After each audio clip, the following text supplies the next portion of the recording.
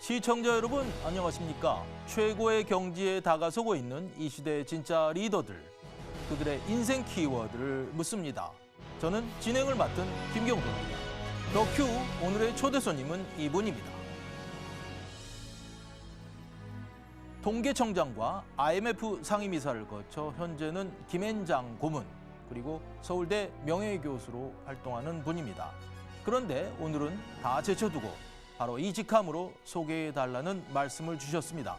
인간개발연구원의 오종남 회장님 모셨습니다.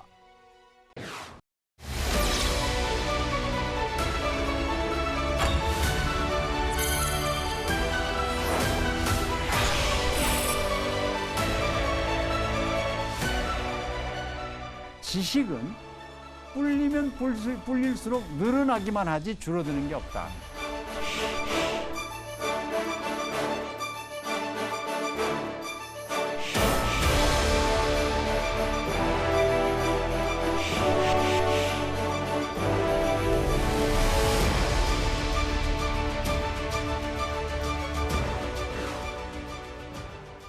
네, 회장님 안녕하십니까? 네, 반갑습니다. 네, 오랜만에 뵙는 것 같은데 더 젊어지신 것 같습니다. 감사합니다. 네, 인간개발연구원. 네.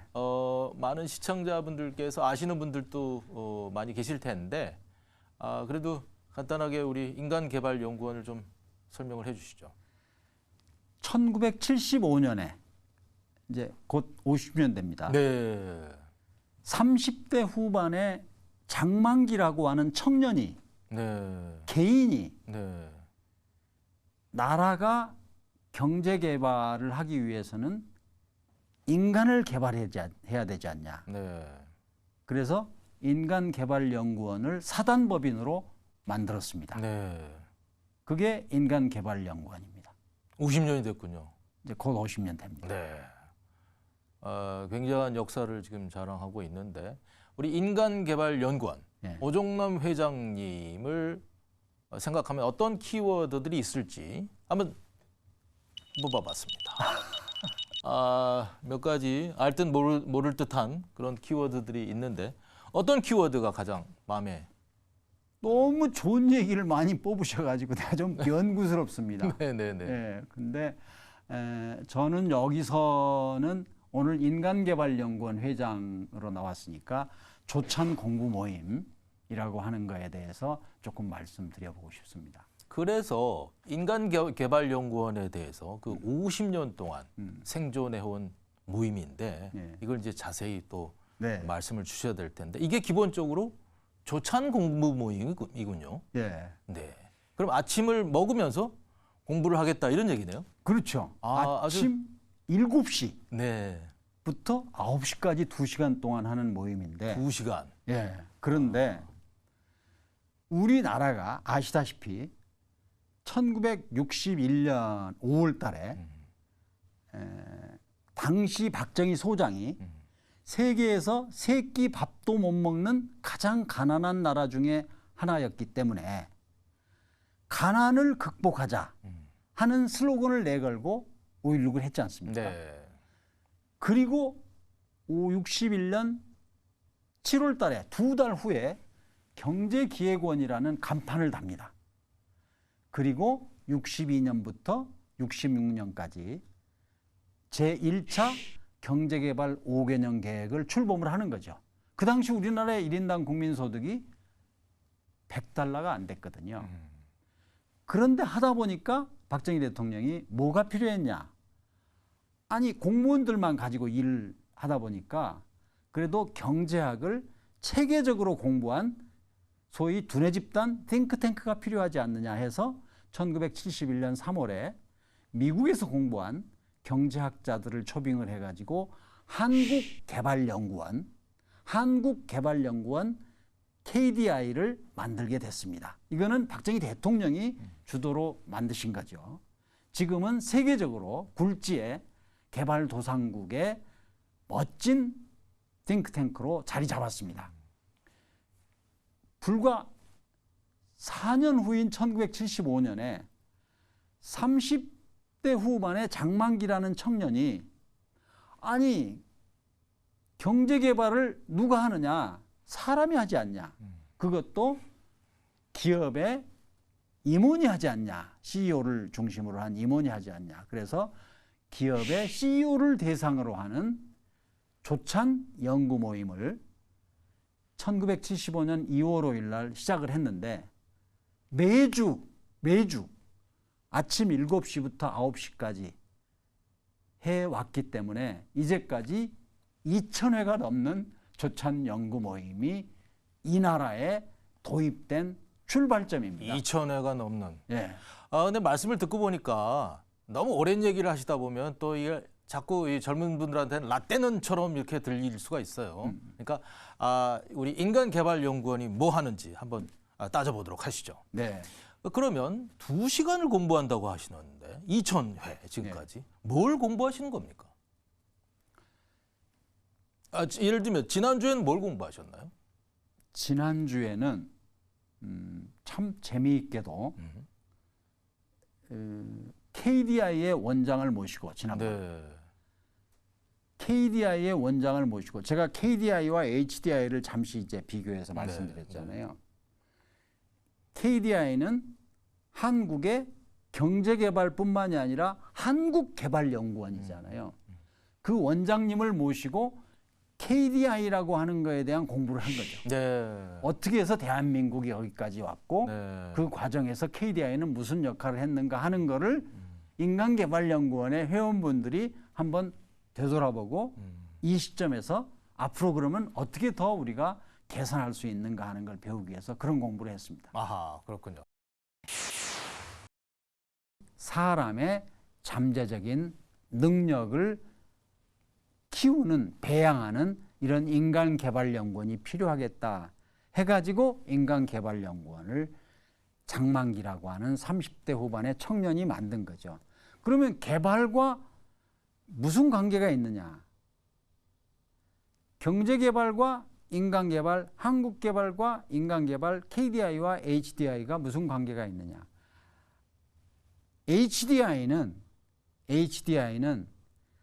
그 스스로가 인구를 늘리거나 자본을 축적하는 것이 아니고 똑같은 사람도 생산성이 높은 사람으로 똑같은 자본을 들여와도 누가 다루느냐에 따라서 그 자본의 생산성이 달라지는 소위 인간의 생산성을 높이는 그런 역할을 담당하는 거기 때문에 한국개발의 인간개발연구원은 도움이 되는 그런 기관이다. 이렇게 말씀드릴 수 있겠습니다.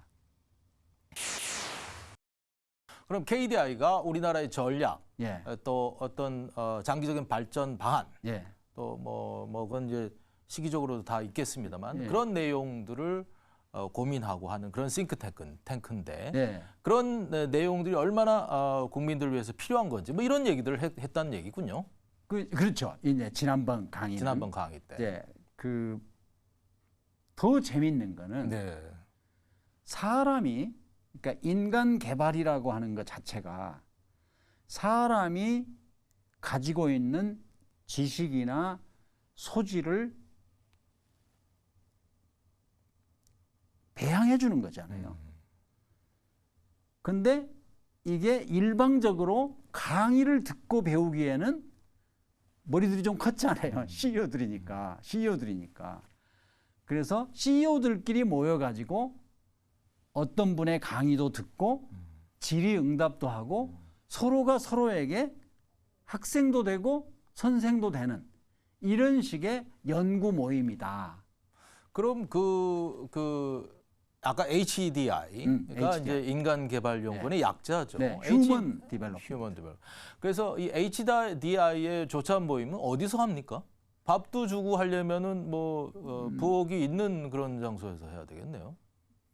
지금 현재는 코엑스 인터콘의 다이아몬드 홀에서 그럼 어떤 딱 장소를 정해놓고 호텔의 어떤 한 네, 정해서 네, 정해놓고 거기서 이제 서빙을 받으면서 이렇게 네. 식사를 하면서 하는데 네, 네. 2시간 동안이나 한단 말이죠. 아침 시간에 결코 그 짧지 않은 시간인데요. 그렇죠? 졸리기도 하고 그럴 텐데 말이죠. 근데 좋은 사람 없어요. 아, 그렇군요. 왜냐? 네. 자진해서 온 사람들이거든요. 네. 공부가 힘든 거는 너무 간단해요. 왜 네. 힘드냐? 시험이 있기 때문에 그래요. 아하. 시험만 안 보면 공부 재밌어요. 네. 근데 시험이 없으니까 자기 자신의 잠재적인 능력을 어떻게 하면 키워볼까 하고서 자기 돈 내고 자진해서 온 분들이기 때문에 네. 돈을 다 내는군요. 회비 내죠, 회비. 그러면 그 강의를 듣는 분들은 어떤 회비를 내는 겁니까?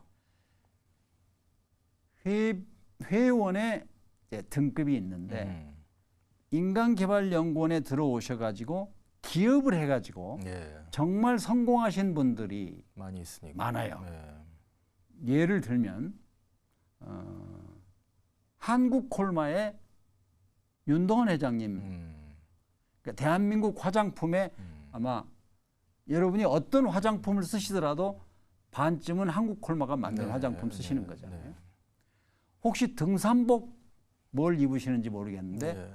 많은 분들이 블랙야크, 강태선 회장님 이런 분들이 인간개발연구원 50년 가까운 기간 동안에 함께 공모하면서 아이디어를 얻어가지고 창업을 해서 성공한 분도 있고 이제 이런 분들은 연간 회비를 이제 많이 내시고 1,000만 원 네. 내고 네. 보통 사람들은 150만 원을 내면 1년 동안 계속해서 강의를 들을 수 있는 이런 시스템으로 사단법인으로 운영을 하고 있습니다. 그럼 대부분의 회원들이 기업 경영을 하시는 CEO 분들인가요? 그렇죠. 네. 네. 아. 네. 기업 경영을 하시는 CEO 분들은 그렇지 않아도 머리에 많은 걸 가지고 있다고 본인들이 생각하실 텐데 네. 여전히 그렇게 배울 게 많다고 생각하시는군요. 굉장히 좋은 포인트를 말씀해 네. 주셨어요. 맞습니다. 성공한 기업인들은 성공한 기업인 나름대로의 약점이 있습니다. 내가 이렇게 살아오면서 성공했는데 지금 왜 나보고 바꾸라 그래? 그런데요. 사실은 남의 이야기를 듣다 보면 당신 바꿔 이러면 싫지만 남의 이야기를 듣다 보면 스스로가 야 나는 이제까지 해온 건 이렇게 해왔는데 이렇게 바꾸는 게 좋겠네 하고 스스로 깨치라는 거예요. 네. 저는 그러니까 교육이라는 단어를 싫어합니다. 교육은요. 한 사람이 다른 사람을 가르치는 주어와 목적어가 있잖아요. 근데 학습이나 연구는요. 자기가 스스로 하는 거잖아요. 학습은 자기가 하는 거지 누구한테 꼭 배워야 되는 건 아니잖아요. 그러니까 남의 강의를 듣다 보니까 야, 이 대목은 내가 정말 좀 받아들이고 싶다. 또 남의 경험을 듣다 보니까 야, 나도 저렇게 하면 좀 낫지 않을까. 이렇게 공부합니다. 좋은 경험들을 같이 공유를 하자. 같이 공유하자. 뭐 그러면 훨씬 더 편해지고 그렇죠. 훨씬 더 자연스러워지는 맞습니다. 것이죠. 맞습니다. 네. 네, 그렇다면 이제 지난주에는 네. 한국개발연구원에 대한 얘기를 했는데 그럼 어떤 강의가 또 재밌다고 하십니까? 어떤 아까 죄송합니다. 이 강의가 아니라 프로그램. 뭐 그래도 특강이라고 해도 돼요. 네, 특별 네. 강의. 네. 뭐가 재밌다고 하느냐? 저는 제가 이제 작년 3월에 회장으로 뭐 추대를 한다 그래서 저도 뭐 뭣도 모르고 회장 추대했다 그래가 갔습니다. 그런데 이렇게 바꿔보고 있습니다. 경영자가 경영만을 생각하고 하루 종일 산다는 것도 뭐 이제까지 그렇게 살아오셨죠. 그런데 가끔은 다른 동네 이야기도 들어보는 게 어떠냐. 그래서 2달 전에는 영원한 지젤 유니버설 발레단의 문훈숙의 발레 이야기. 아, 네. 그런 것도 들어요. 네. 근데요, 사실 경영자들이 무슨 발레 뭐 재미있을 것 같냐 이렇게 생각하지만 끝나고 나니까 정말 도움이 됐다. 아하. 우리는 성공한 발레리나의 성공 스토리만 알지 발레리나의 그 무너진 발가락을 본 적이 없잖아요. 얼마나 힘들게 연습을 해야 되겠습니까? 이게 발레리나의 성공한 미소 밑에 깔려 있는 그 힘듦 이런 것도 배우고 그러니까 세상에 기업하는 나만 힘든 줄 알았더니 뭐 다 힘드네.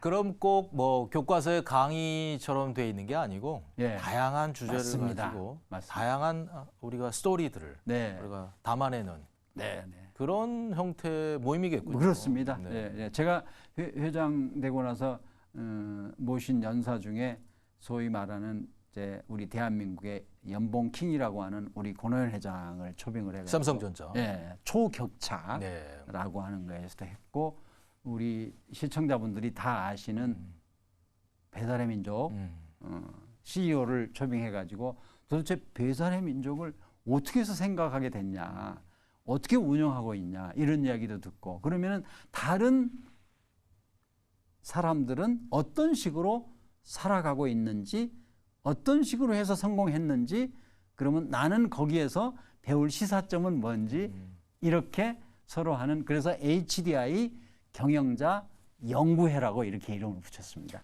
우리가 요즘에 이제 MZ 세대 이런 표현들을 많이 하는데 네. 사실은 기성세대나 또 장년 세대나 모두를 망라해서 서로가 좋은 경험들을 잘 공유하는 게 굉장히 중요할 거라고 생각해요. 네. 그런데 어떤 원칙이 있으시다고요? 뭐 숫자를 표현해서 뭐 30 플러스 30 플러스 30 네. 뭐 이런 게 있다고 해요. 그게 제가, 어떤 의미입니까? 제가 이제 2002년에 네. 제가 딱 50이 됐을 때 통계청장으로 갔습니다. 청와대 이제 김대중 대통령 재정경제비서관을 하다가 저는 통계청장을 정말 제가 나이 들면 한번 해보고 싶다 해서 지원해서 통계청장을 갔는데 가서 재미있는 사실을 발견을 했어요. 저는 이제 촌놈이니까 어렸을 때 우리 동네에 누가 환갑을 맞으면 그날 하루는 동네 잔치였거든요. 많은 걸 먹고 마시는 많은 것도 그날 부잣집 환갑 네. 맞으면 한 3일 잔치했어요. 네. 근데 환갑 잔치가 시들해졌잖아요. 지금 20년 전 이야기입니다. 왜 환갑 잔치가 시들해졌지?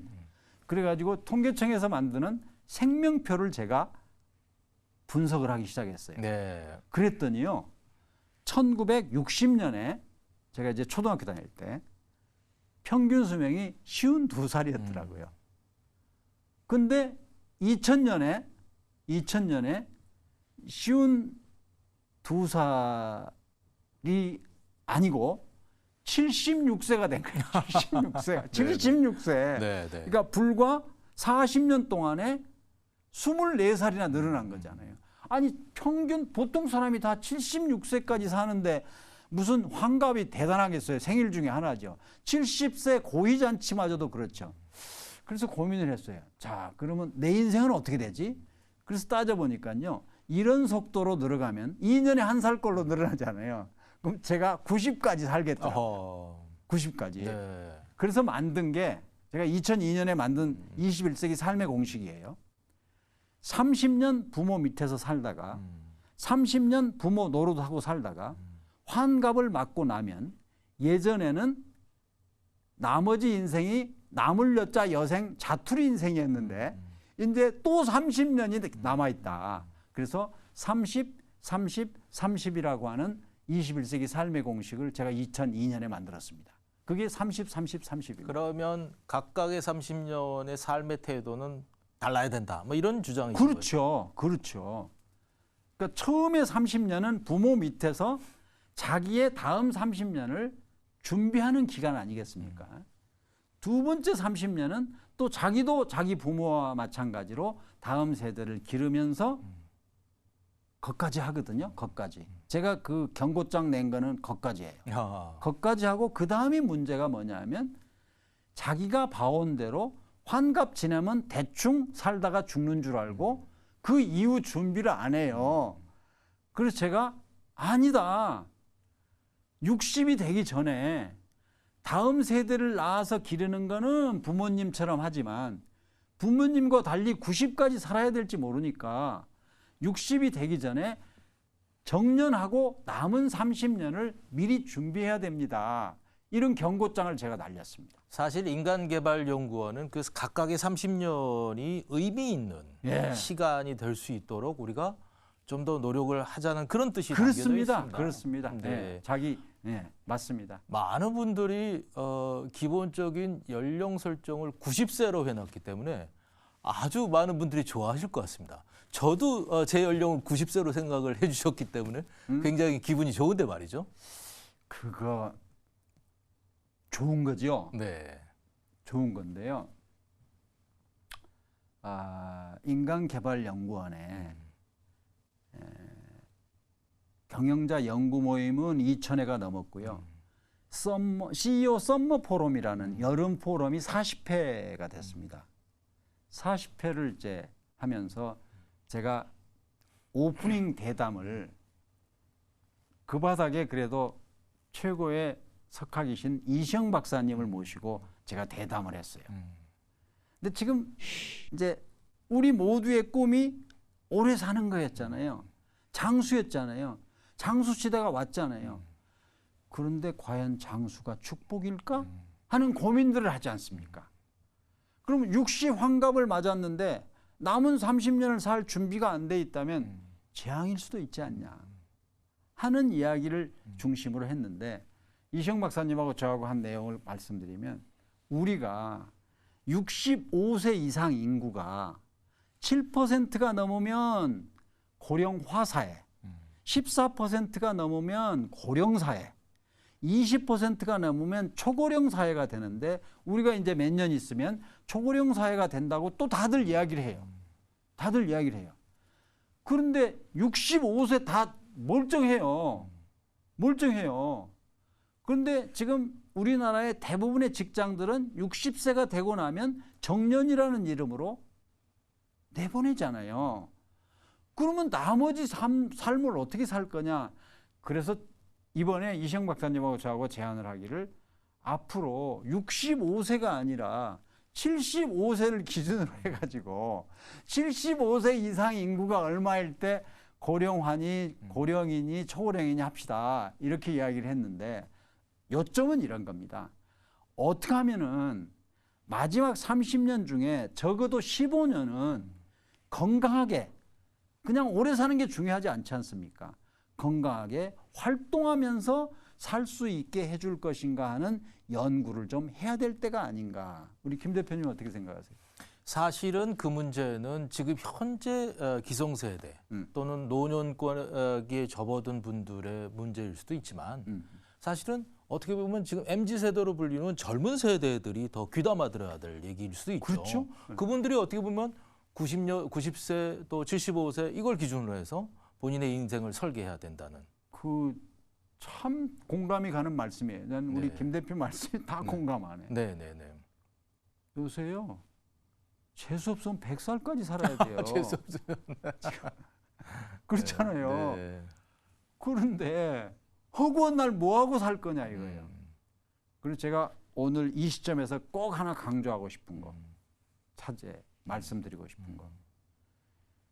평균 수명은 지금 83세가 넘었어요. 지금 83세가 넘었는데 건강 수명은 안 늘어요. 73세 수준이에요. 쉽게 말하면 목숨은 부지하고 있는데 병치레하면서 마지막 10년을 살다 가신다는 거죠. 이거는 우리가 바라던 장수는 아니지 않습니까? 내가 뭔가 의미 있는 일을 하고 보람 있는 일을 하고, 그리고 내가 그래도 경제적으로 어느 정도는 뭐 여유가 많지는 않을지라도 부족하지 않는 삶의 준비가 돼 있는 그러한 건강한 장수를 우리가 기대했던 거지, 그냥 오래 사는데 마지막 10년은 병치레하다 간다. 그러니까 더 노후 대비가 힘들어지는 거 아니겠습니까? 그런데 이제 우리가 뭐 사실은 그러고 싶지 않아서 그런 게 아니고, 갑작스럽게 이제 건강에 여러 가지 문제가 생기고 하는 것들은 되게 예기치 않게 벌어지기 때문에 맞습니다. 사실 쉽지가 않은 부분인데, 어떻게 보면은 지금 아까 말씀 주신 대로 우리가 그러면 70세 이후, 그러니까 마지막 30년, 30 플러스 30 플러스 네, 30의 마지막 30년. 30년을 어떻게 살아야 좋은 겁니까? 마지막 30년을 어떻게 살아야 좋은 거냐 하는 우리 김 대표님 질문 정말 잘하셨는데, 저는 마지막 30년을 기다릴 게 없다. 네. 적어도 60이 되기 전에 10년 전부터라도 마지막 30년에 대한 준비를 해야 된다는 말씀을 드리고 싶어요. 마지막 30년이 왔는데 그럼 60부터 나 어떻게 살지? 이미 늦어요. 많은 사람들이 정년을 맞고 나서 직장에서 떨궈져 나갈 때 어떡하지? 이러거든요. 아니죠. 60이 정년이라고 하는 게 정해져 있다면 적어도 50부터는 뭔가 준비를 해야죠. 준비라는 게 반드시 경제적인 준비만이 아니에요. 심적 준비도 힘들잖아요. 지금 60에 정년 퇴임하고 심적으로 충격받은 분들 많지 않습니까? 어떻게 하면은 내가 충격을 적게 받으면서 마지막 30년을 그래도 건강하게 의미 있게 보람 있게 살 건가 하는 거에 대한 준비를 저는 적어도 두 번째 30년에 10년 이상은 하시라고 미리 시작하시라고 이 얘기를 인간개발연구원의 젊은 세대한테 많이 하고 있습니다. 우리 중에 어느 누구도 나는 이 집의 아들, 딸로 태어나게 해주세요. 기도하고 태어난 사람은 없습니다. 태어나고 보니까 어느 집의 아들, 딸로 태어난 거죠. 뭐 자살하는 사람을 빼놓고는 우리 가운데 어느 누구도 언제 죽을지 모릅니다. 다시 말씀드리면 출생, birth, 죽음, death. 사람이 태어나서 죽을 때까지가 인생인데 birth의 B와 death의 D 사이에는 알파벳 C밖에 없습니다. C를 저는 선택, 초이스라고 이렇게 해석을 합니다. 저는 개인적으로 깡촌놈으로 태어나서 호르몬이의 외아들로 자랐지만 그건 제가 선택한 게 아니죠. 그러나 그 이후에 내가 어떤 삶을 살아야 될 것인가, 무슨 공부를 해야 될 것인가, 무슨 직업을 가질 것인가 하는 것들은 자기가 선택한 거죠. 그게 저는 인생이라고 생각을 합니다. 아마 오늘 매경TV의 더 큐라고 하는 프로그램에 출연 요청을 받았을 때 제가 나오기로 선택했기 때문에 지금 이 말씀을 드리고 있는 거죠. 나 바빠서 안 된다 하고 다른 선택을 했다면 없는 거죠. 그래서 인생 자체가 선택이에요. 여기서 제가 제일 중요하게 생각하는 선택은 모든 사람이 자기가 현재 처한 것 중에 왜 나는 다른 사람보다 못하지 하고 불평불만을 하는 그런 자세보다는 이미 나에게 주어진 그거를 여건으로 받아들이고 내가 이 주어진 여건을 어떻게 헤쳐나갈까 하는 것을 강구하는 그런 삶을 선택하는 것이 가장 좋지 않느냐 하는 것을 제안하고 싶습니다. 나라로 보면요. 아까 말씀드렸다시피 대한민국이 하루에 1달러도 안 되는 그런 가난한 나라에서 1961년에 가난을 극복하기 위해서는 경제를 발전시켜야 되겠다고 하는 선택을 한 덕분에 오늘날 세계 10위권의 대한민국이 된 거죠. 이건 한두 사람의 선택이 아니죠. 대한민국 국민 전체가 오늘 내가 힘들더라도 내일을 위해서 열심히 일하고 저축하고 자본을 축적하자 이런 선택을 한 게 여기까지 오게 된 거 아니겠습니까? 그런데 우리가 이런 지금 오종남 회장님 하면은 과거에 많은 분들이 성공한 경제 관료, 예. 우리나라 경제의 많은 부분들을 또 설계하고 또 집행하고 했던 그런 분인데 최근의 모습은 이렇게 인간개발연구원의 홍보대사가 되셔서 이렇게 바뀌셨단 말이에요. 그렇게 된 이유가 뭡니까?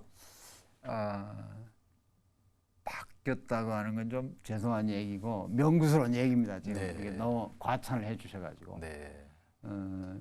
제가 이제 먼 남쪽 상간마을 선운사 꼴짜기에서 촌놈으로 태어나가지고 네.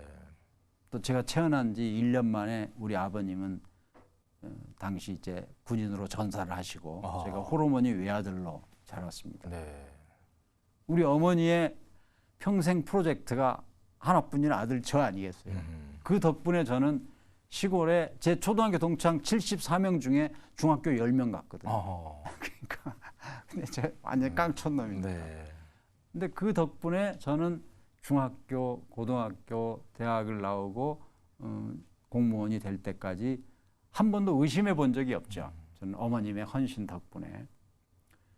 그리고 이제 공무원이 돼가지고 1975년부터 31년을 하고 이제 2006년에 제가 이제 김현장에 가게 됐는데 거기서 하는 일 그거는 기본적으로 한국에서 비즈니스를 하고 있는 다국적 기업의 경영진들을 자문하는 일이거든요. 사실 외국에 가서 사업한다는 게 그렇게 쉽지는 않잖아요.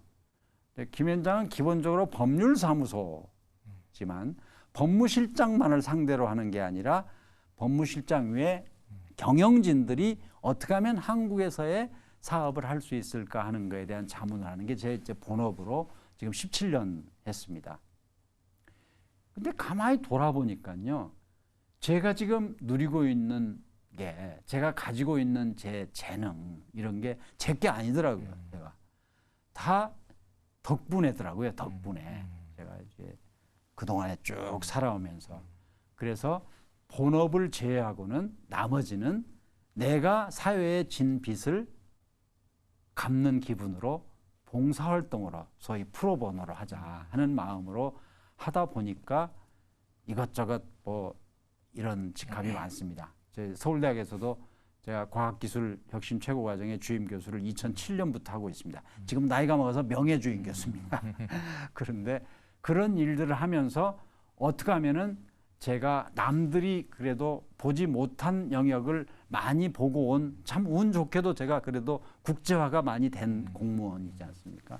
그런 경험을 다른 분들과 나누면서 어떻게 하면은 전체가 우리 대한민국의 발전에 도움이 되는데 조금이라도 기여를 할까 하는 자세로 살고 있습니다. 근데 말씀을 너무 과찬해 주셔가지고 내가 좀 얼굴을 들기가 좀 민망합니다. 그래서 많은 분들에게 자 배워서 뭘 배워서 남을 주자 뭐 이런 말씀을 하고 계시는군요. 제가 배워서 남 주잔 말 그 자체가 제가 만든 건 아니겠죠. 네. 논리는 제가 만들었습니다.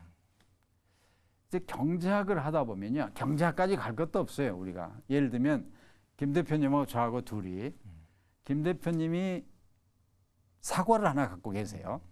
저는 배를 하나 갖고 있어요. 근데 김 대표님은 배를 좋아하시고 저는 사과를 좋아한단 말이에요. 그러면 둘이 바꿔 먹으면 두 사람 다 서로 자기가 좋아하는 걸 먹을 수 있잖아요. 같이 나눠 먹어도 되죠. 나눠 먹어도 되는데 절반 절반씩 나눠 절반씩 나눠 먹어도 되고 그걸 이제 교환의 이득이라고 네. gains from trade라고 그러는데 네. 근데요 그래봤자 여기까지는 경제학이에요. 이제 그 다음은 제가 생각한 거예요. 그래봤자 배 하나 사과 하나예요. 그렇습니다. 네. 근데 오늘 지금 대담하는 과정에서 우리 김 대표님께서 잠깐 이렇게 찔러주시면서 제가 미처 깨닫지 못했던 걸 쭉 말씀해 주셔가지고 제가 공감을 하고 또 제가 알고 있던 이만한 거라도 또 이렇게 말씀드리고 그러면 일단 우리 두 사람이 서로 아는 게 늘어나는데 제가 김 대표님께 말씀드렸다고 해서 제게 줄어드는 게 하나도 없어요. 또 김 대표님이 저한테 아이디어 주셨다 그래갖고 줄어드는 게 하나도 없어요. 그래서요 물질이 아니라 지식은 불리면 불릴수록 늘어나기만 하지 줄어드는 게 없다. 그래서 배워서 남 준다고 해서 내게 줄어드는 게 아니다. 그래서 제가 만든 말이 배워서 남 주자고 서울대학 우리 과정에 캐치프레이즈가 배워서 남 주자인데요. 우리 수료한 CEO 중에 어떤 사람은 저보고 이제 그 신사옥을 지었다고 개관식에 와서 테이프 끊어달라고 연설하러 갔더니 앞에다가 배워서 남 주자 이렇게 붙여놨더라고요. 네. 언뜻 그 말씀을 보는 분들은 좀 헷갈릴 수도 있겠는데요. 지금 말씀하신 게 하나 더하기 하나가 보통 2, 둘이라는 게 우리 네. 기존의 산수의 네. 법칙인데 하나 더하기 하나가 셋이 될 수도 있고 그렇죠. 넷이 될 수도 있고 몇 개는 줄어들지 않으니까. 그런 말씀을 하고 몇 개 안 줄어드니까. 네. 몇 개 안 들어줄고도 안 들어줄면서도 다른 사람에게 공유할 수 있는 게 지식 아니겠어요? 네. 제가 젊은 세대를 멘토링하면서 굉장히 많이 느끼거든요. 아하. 많은 사람들이요, 젊은 사람들하고 대화 잘 못해요. 왜 그런지 아세요? 꼰대기 때문에 그래요. 가르쳐 주려고 그러거든요. 네. 여기서 또 꼰대 얘기를 한번 해보시죠.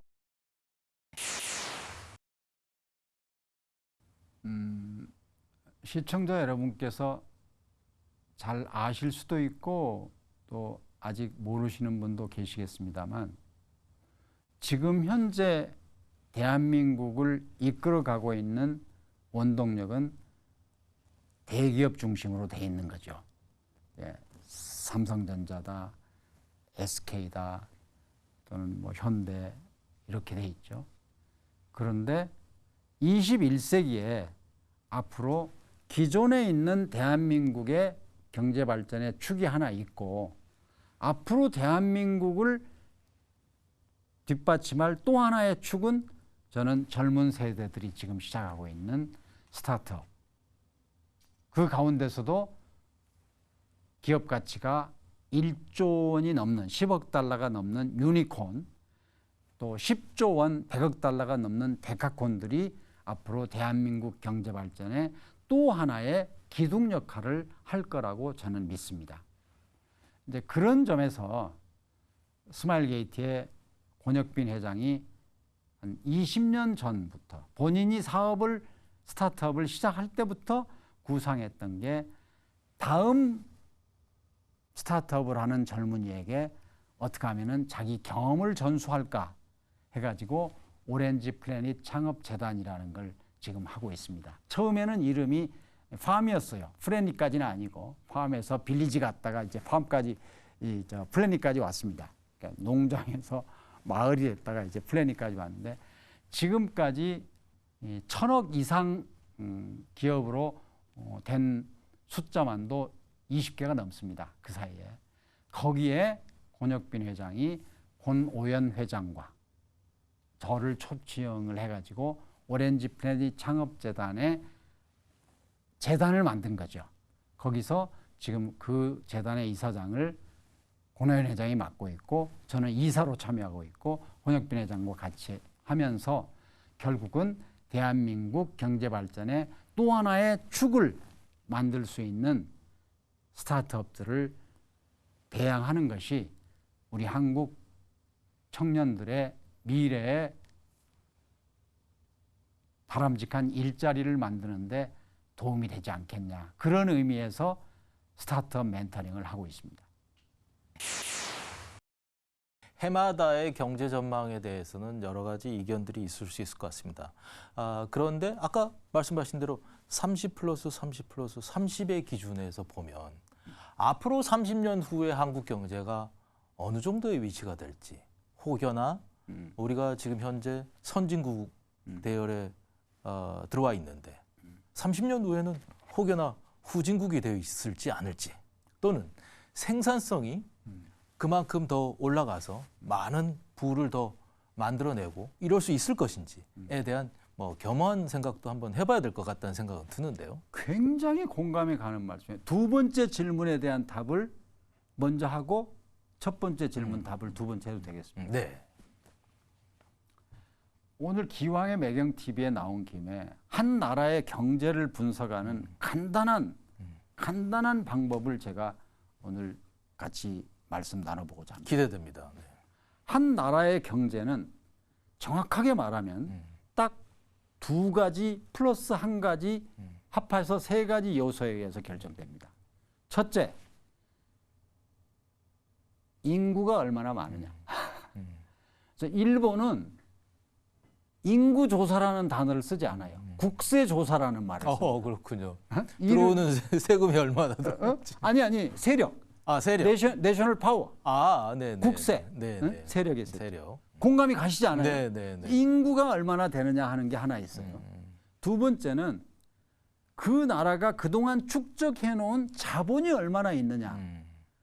결국은 사람이 축적한 자본을 가지고 그 나라의 경제 활동을 하는 거가 경제잖아요. 거기에 보이지 않는 중요한 요소가 하나 있습니다.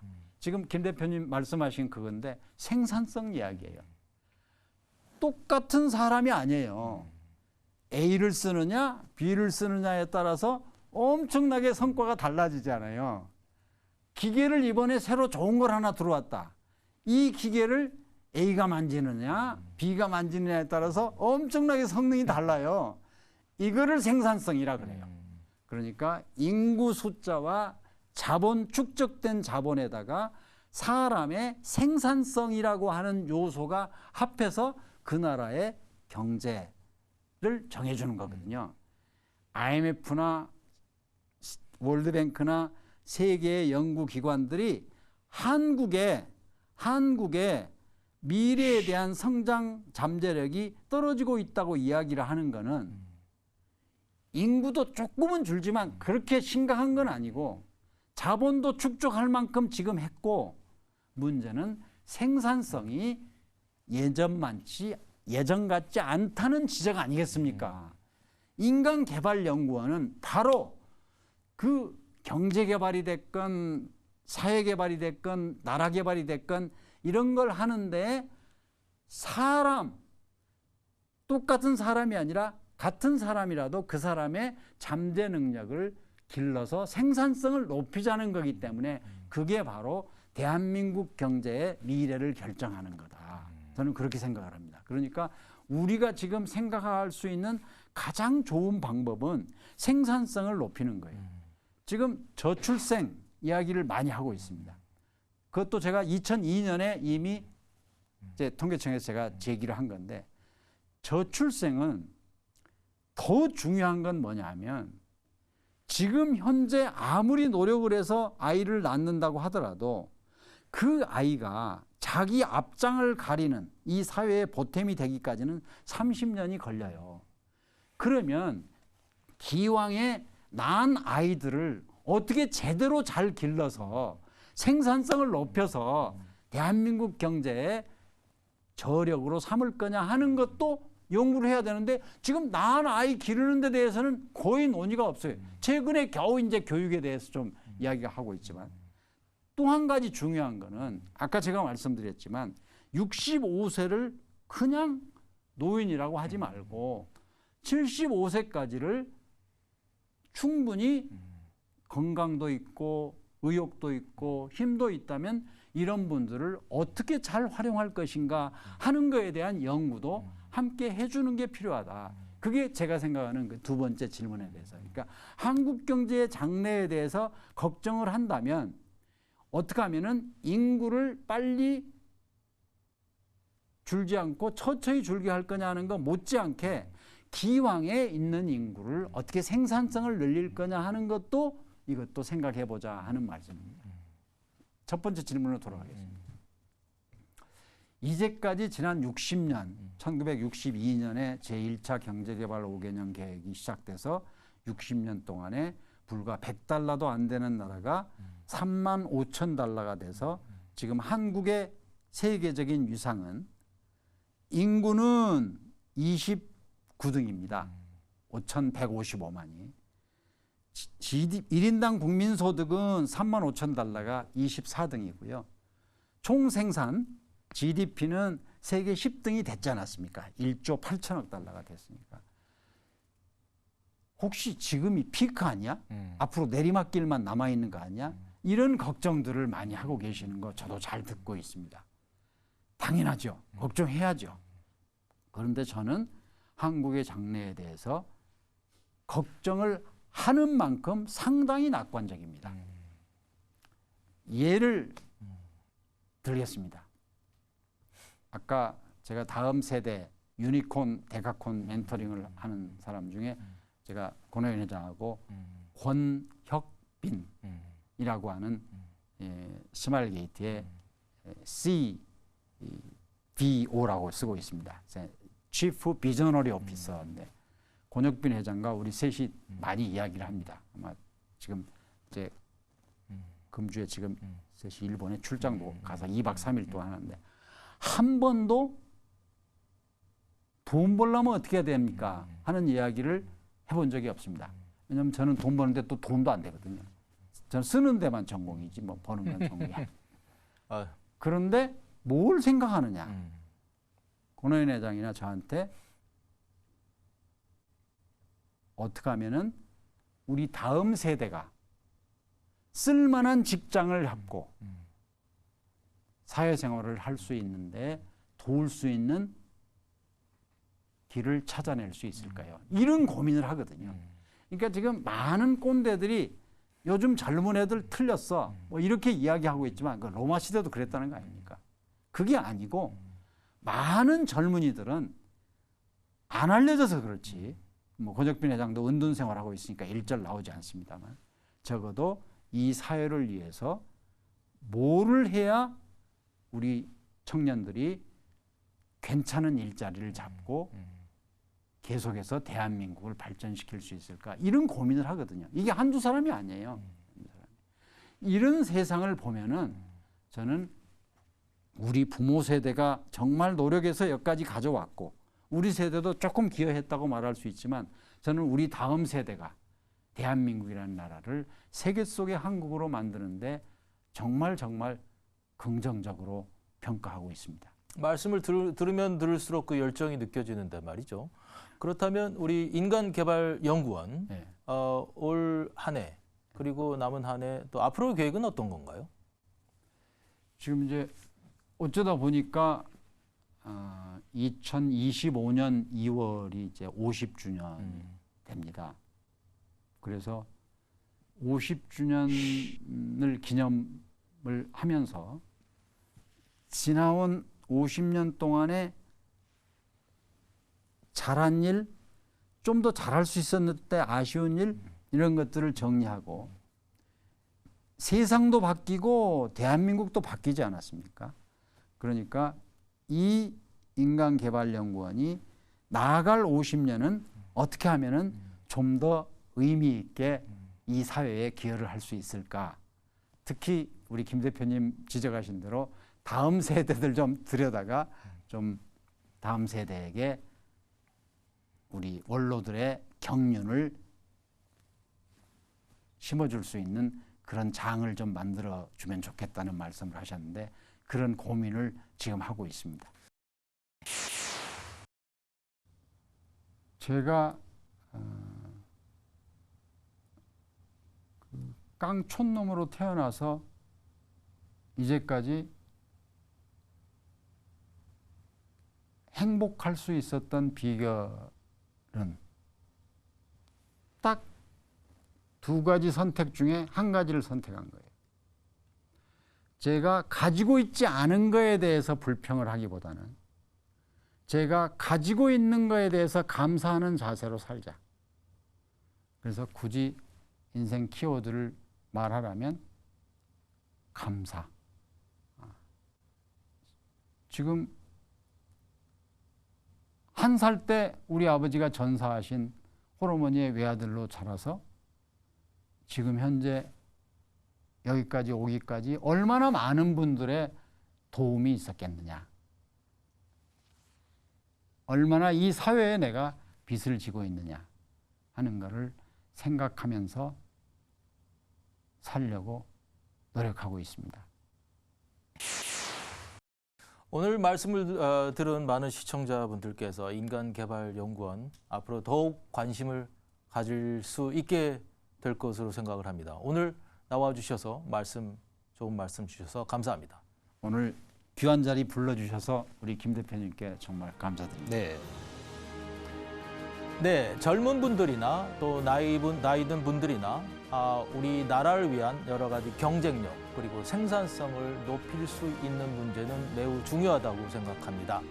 그런 의미에서 우리 인간개발연구원과 오종남 회장께서 좋은 역할을 해주고 계신다는 느낌이 들었습니다. 시청자 여러분, 감사합니다. 다음 시간에 또 뵙겠습니다.